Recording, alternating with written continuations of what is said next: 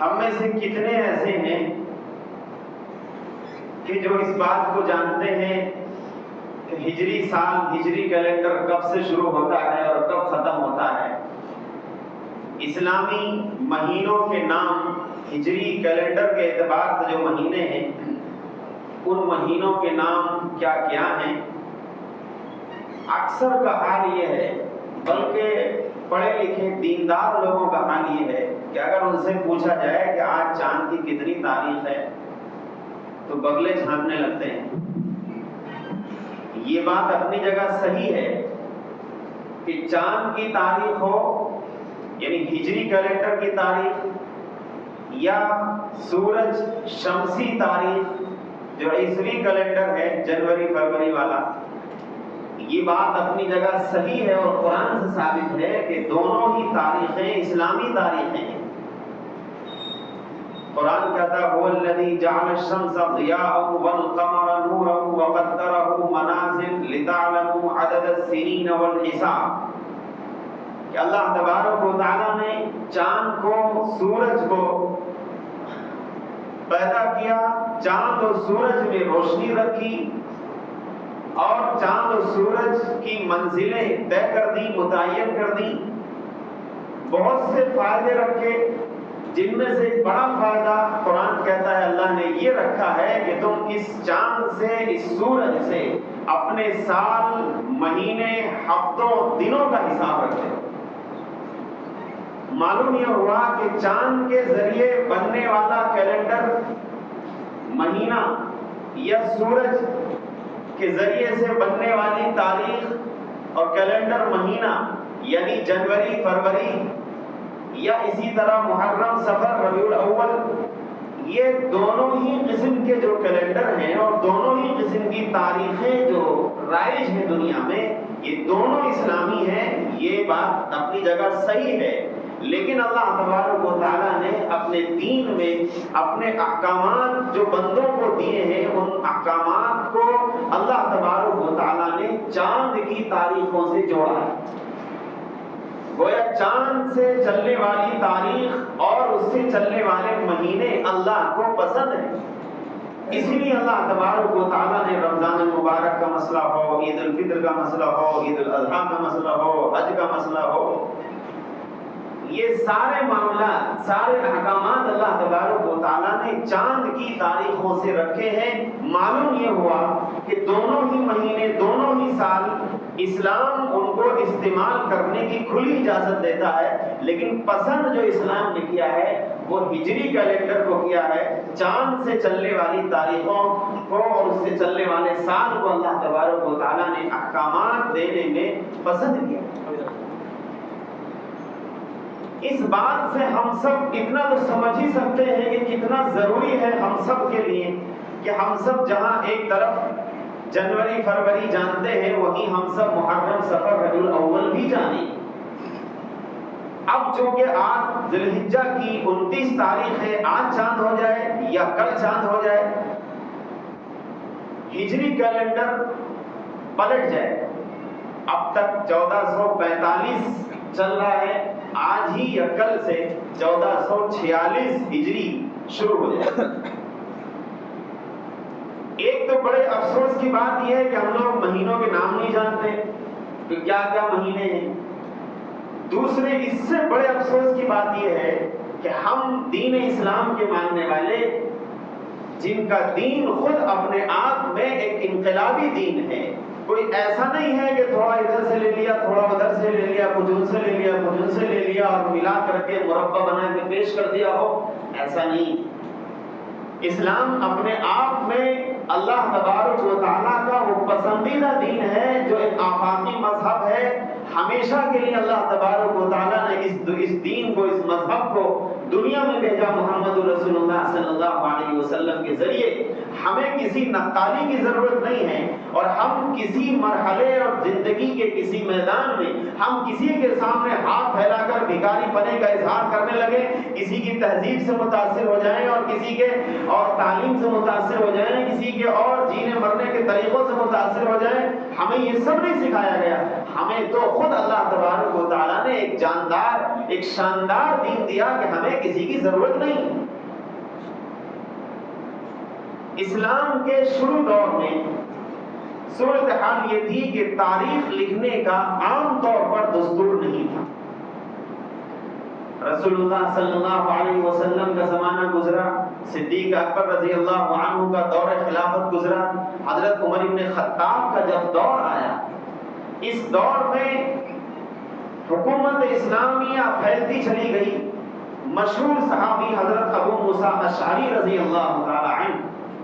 انہوں نے فاروق اعظم امیر المومنین کو خط لکھا اور اس خط میں لکھا کہ امیر المومنین، آپ اپنی طرف سے اسلامی خلافت کی طرف سے جو بھی احکامات جاری کرتے ہیں ان پر تاریخ نہیں لکھی ہوتی کہ آپ نے کب خط لکھا، کس تاریخ میں لکھا، کس تاریخ میں آپ کے دربار سے فرمان جاری ہوا، کس تاریخ میں فلاں جگہ پہنچا جہاں آپ نے بھیجا. تاریخ کے نہ لکھنے کی وجہ سے نقصان کا اندیشہ ہے اور بڑی پریشانیاں سامنے آ سکتی ہیں. اس لیے تاریخ لکھی جایا کرے خطوں کے اوپر، مہینہ، سال اور دن پوری ڈیٹ کے ساتھ اگر خط بھیجا جائے گا تو اس کا بڑا فائدہ ہوگا، ریکارڈ رکھنے میں بڑی مدد مل جائے. حضرت فاروق اعظم رضی اللہ عنہ کو ان کی رائے بڑی پسند آئی.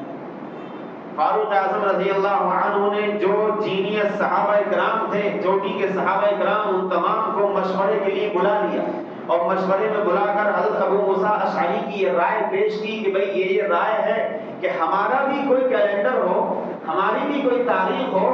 ہمارا بھی کوئی، ہم بھی جب لکھیں تو لکھیں کہ یہ اسلامی تاریخ ہے کہ اتنے یہ فلاں دن فلاں مہینہ اور سن ہجری اتنا. ہم بھی کوئی تاریخ لکھیں جو کہ ہمارا دین ایک انقلابی دین ہے. اور یہ رائے ہے. صحابہ کرام نے سب نے اس کو پسند کیا کہ ہاں یہ بڑی اچھی رائے ہے، یقیناً ہمارا ایک کیلنڈر ہونا چاہیے. اب سوال یہ پیدا ہوتا ہے کہ وہ کیلنڈر کی شروعات کب سے ہو، اس پر غور و فکر ہوا. بعض لوگوں کی رائے یہ تھی کہ رسول اللہ صلی اللہ علیہ وسلم کی ولادت چونکہ ربیع الاول کے مہینے میں ہوئی ہے، اس لیے سال کی ابتدا ربیع الاول سے ہونی چاہیے. بعض لوگوں کی رائے یہ تھی کہ نہیں، رسول اللہ صلی اللہ علیہ وسلم کو نبوت چونکہ ربیع الاول میں ملی ہے، لہذا نبوت کے سال سے اس تاریخ کی ابتدا ہونی چاہیے، کیلنڈر کی ابتدا. اور بعض لوگوں نے کہا کہ نہیں، ہجرت کا جو سال ہے جس میں رسول اللہ صلی اللہ علیہ وسلم نے ہجرت فرمائی ہے، اس وقت سے کیلنڈر کی ابتدا ہونی چاہیے. بعض لوگوں کی رائے یہ تھی کہ نہیں، آپ علیہ الصلوۃ والسلام کی جو وفات ہوئی ہے، وفات کا جو سال ہے اس سال سے ہجرت کیلنڈر کی ابتدا ہونی چاہیے. یہ چار قسم کی رائے صحابہ کرام کے درمیان میں آئی. فاروق اعظم رضی اللہ عنہ کی موجودگی میں اس پر کھلی بحث ہوئی، پورا ڈیبیٹ ہوا. ہر ایک نے اپنے اپنے دلائل اور اپنے اپنے ٹھوس ثبوت سے اپنی بات کو ثابت کرنے کی پوری کوشش کی. بالآخر جو بات سامنے آئی کہ بھائی رسول اللہ صلی اللہ علیہ وسلم کی ولادت اور اسی طرح آپ علیہ الصلوۃ والسلام کی بعثت، یہ دونوں ایسی تاریخیں ہیں کہ ان میں اختلاف ہے. ہجری کیلنڈر میں، کیلنڈر اسلامیہ میں اختلاف ہو جائے گا، اس لیے ان دونوں تاریخوں سے مناسب نہیں. رہا مسئلہ آپ علیہ الصلوۃ والسلام کی وفات والا سال، وہ سال جو کہ تمام دنیا کے مسلمانوں کے لیے غم اور رنج اور افسوس کا سال ہے، اور افسوس اس سے جڑا ہوا ہے کہ آپ علیہ الصلوۃ والسلام اس دنیا سے تشریف لے گئے. اس سے بڑا صدمہ امت کے لیے اور کیا ہو سکتا ہے؟ اس لیے اس سے بھی کیلنڈر کی ابتدا کرنا مناسب نہیں ہے. پھر بات آ جاتی ہے، رک جاتی ہے ہجرت پر کہ رسول اللہ صلی اللہ علیہ وسلم نے جو ہجرت فرمائی ہے، مکہ مکرمہ سے مدینہ منورہ جو ہجرت فرمائی ہے، اسلامی تاریخ میں یہ ایک ایسا ٹرننگ پوائنٹ ہے کہ ایک طرف تو رسول اللہ صلی اللہ علیہ وسلم اور آپ علیہ السلام کے صحابہ کرام کی مکی زندگی، جن میں مصیبتیں، آزمائشیں اور پریشانیاں اور مشقتیں ہی مشقتیں بھری پڑی ہیں 13 سال تک، کہ ایک طرف تو کیلنڈر یہ یاد دلائے مسلمانوں کو کہ مسلمانوں دیکھو تمہاری ماضی میں